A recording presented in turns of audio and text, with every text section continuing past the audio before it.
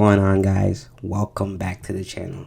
Today we are going to be talking about who I think is going to be the next face of the NBA. Do you think it's the climax, the onomatopoeia, big oxtail, the paradox, the conundrum? No, I think it's the peculiarity, the anomaly, the abortionist, or even the alien. I'll tell you who those guys are in a minute, but that nickname thing that's been going on in the league, it's a real issue in the grand scheme of figuring out who's the next guy. We came from an era where we had the king, LeBron, Chef Curry, and the Slim Reaper. The nicknames have truly fallen off in this sport, but let's get right into it. So I mentioned 4 strange nicknames that came out: the peculiarity, the anomaly, the abortionist, and the alien. Those being the 4 guys in the thumbnail: Luka, Wemby, Tatum, and Ant. These are the 4 guys I believe have what it takes to be the real next face of the league. There's one guy left off this list, and that was the conundrum, that being Shai Gilgeous-Alexander. And he just missed out on the list for one of these 6 reasons I have on my screen. What does it take to be the face of the NBA? I think it comes down to these six key steps: being a superstar talent and dominant, championship and playoff success, marketability and global appeal, leadership and personality, longevity and consistency, and cultural and social impact. When we break down these topics to their fundamental core, these are the things you garner. With a superstar talent, you want someone who's constantly putting up MVP level performances while being a game changer who can take over the game in clutch moments, setting records, winning scoring titles, or dominating in multiple aspects of the game. When you look at step 2 to becoming the face of the league, you need to understand that winning matters. When you look at the argument of LeBron versus Michael Jordan, the only thing the old heads will give you other than, oh, the league was tough, oh, these young bloods couldn't play in this era, was MJ was undefeated in the finals. That's what he has on LeBron. That's all he has, in my opinion. And that proves to you that the winning aspect truly does matter to garner the respect from all generations that watch the beautiful game that we love of basketball. Another thing that you would need is a championship or multiple finals appearances. This puts you on a pedestal where people see you as a proven winner. And then how you perform on those stages. We've seen so many guys fall short in the biggest moments when they matter. And that separates the great from the good. I think an example of this would be DeMar DeRozan, where the talent was always there. When it mattered the most, he choked. He fell. And then you saw the year after they traded him, they got a guy who was made for the moment in Kawhi. That's a superstar compared to a star. The third thing is marketability and global appeal. How do you appeal to a global fan base? The NBA is not just in America. They have fans all over the world. Canada, in Europe, Africa, South America, Asia. Basketball is a major sport. It's getting in that category where people across the world want to come and play in this league. If you can't be an example to these people who aren't in your country, the game starts to not grow. People like LeBron and Kobe help make the game grow. And that's what someone like Luka and Wemby do for you. They they boost the game on an international level. My fourth thing was leadership and personality. Being a leader on and off the court. Think in the community, on the court, people see you being the guy that your team turns to when it matters most. How you handle your interviews, media, pressure. You see a lot of guys crack in these moments here.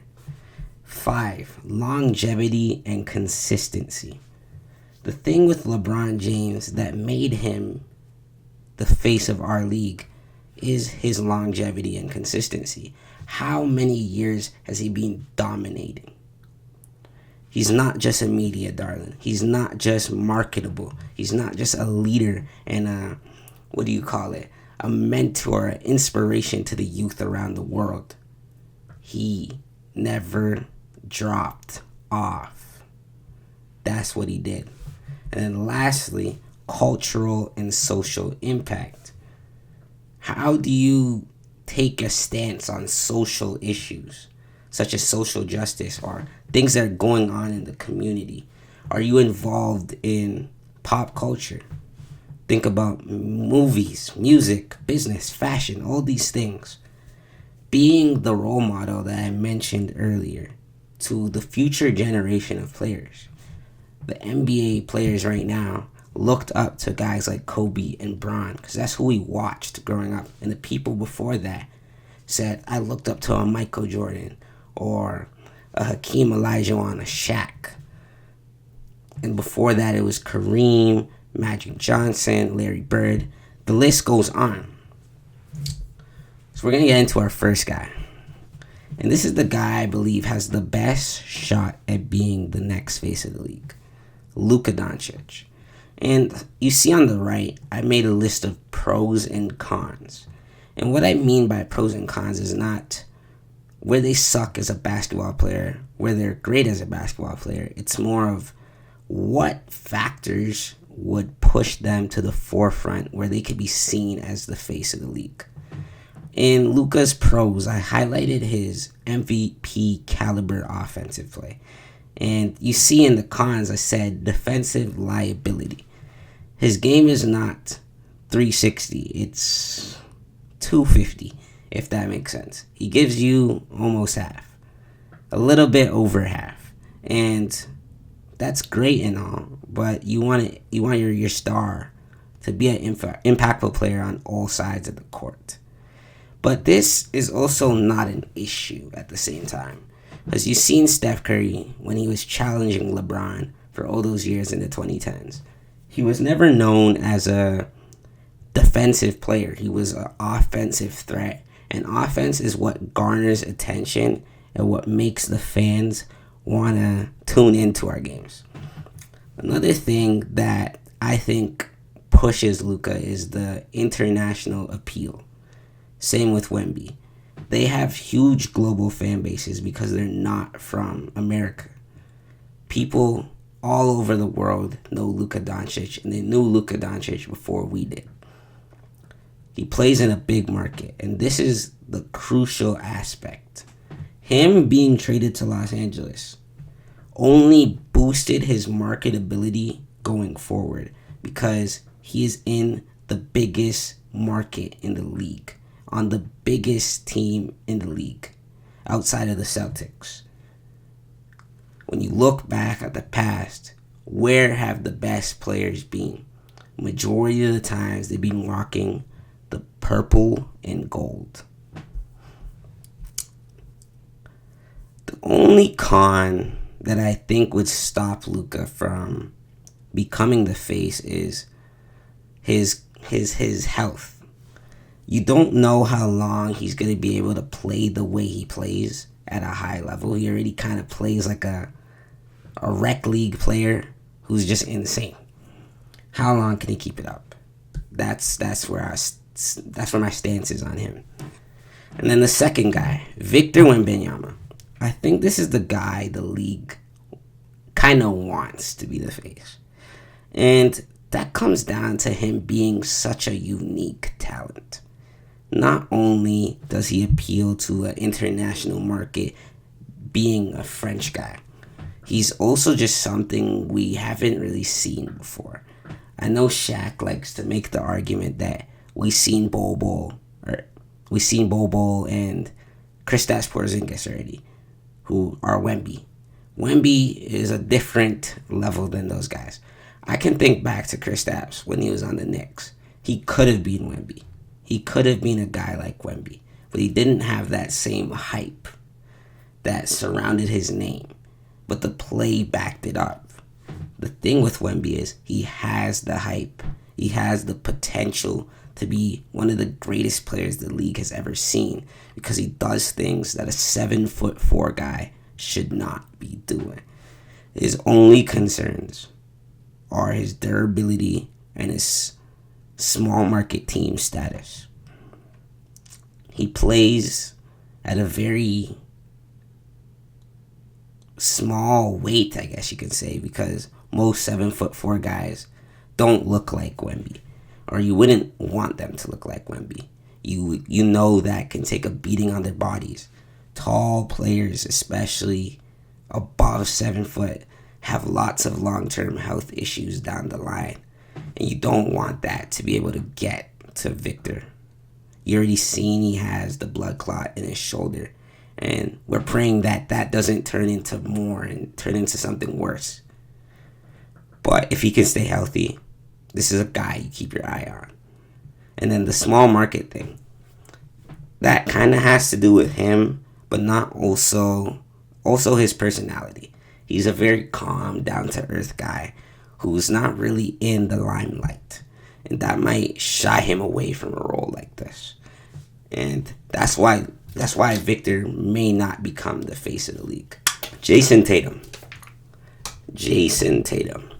the one they call the anomaly. I will never call him that ever again, because he's not an anomaly. He's a very talented player, though. I'll tell you that. And he meets a lot of the criteria for being the face of the NBA. I look right towards the fact that he is an NBA champion. And he's a two-way superstar. He is a prototypical guy that you think would be the face of the league. He wins. He doesn't stop winning. His team is one of the biggest teams in the world. And he's at the forefront of it. When you think of Celtics right now, you think of Tatum. Before you think of Brown and all those other pieces they have. You know, you went into the finals thinking Tatum is finals MVP if they win the finals. That didn't happen. But when he gets that consistency to work throughout his game, where he's playing at a high level in the big moments, not just in the regular season, he's a real threat. I'm only going to talk on one of the cons, and that is the unoriginality and unlikability that the casual fans see Jayson Tatum with. Being on social media frequently and being in a lot of NBA discourse, I hear a lot of people say, I don't like Tatum because he's unoriginal. You've seen him when he won the championship. He was saying things that everyone already had said. He was just being fake, to be honest with you. They saw him as being fake because he wasn't being authentic. He was doing something that he saw his idols do. Once you get past the fact that Jayson Tatum could be a little corny, or you hate the fact that he's a light-skinned guy who gets the prettiest woman, and he has a cool son, the guy has what it takes to be the face of the league.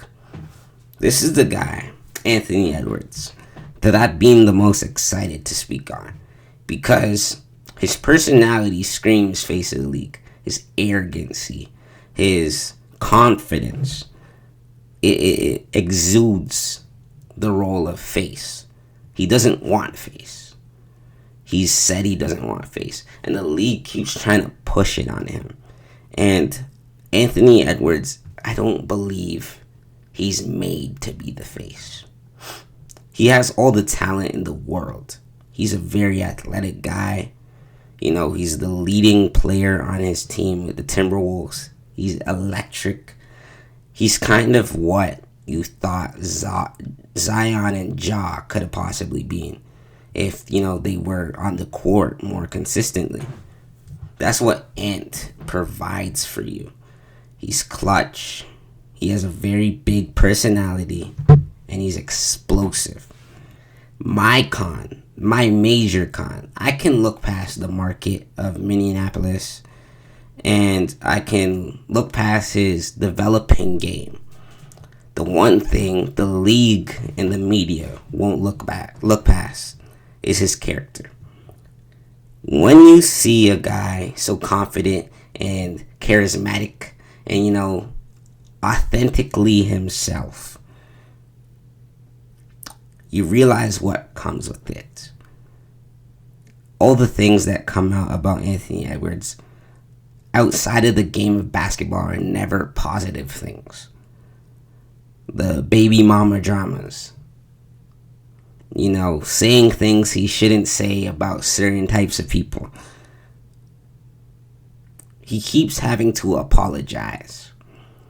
And when you look at the face of the league wants a guy who's perfect. No one's perfect. He's a young man who makes mistakes like I do and like you do.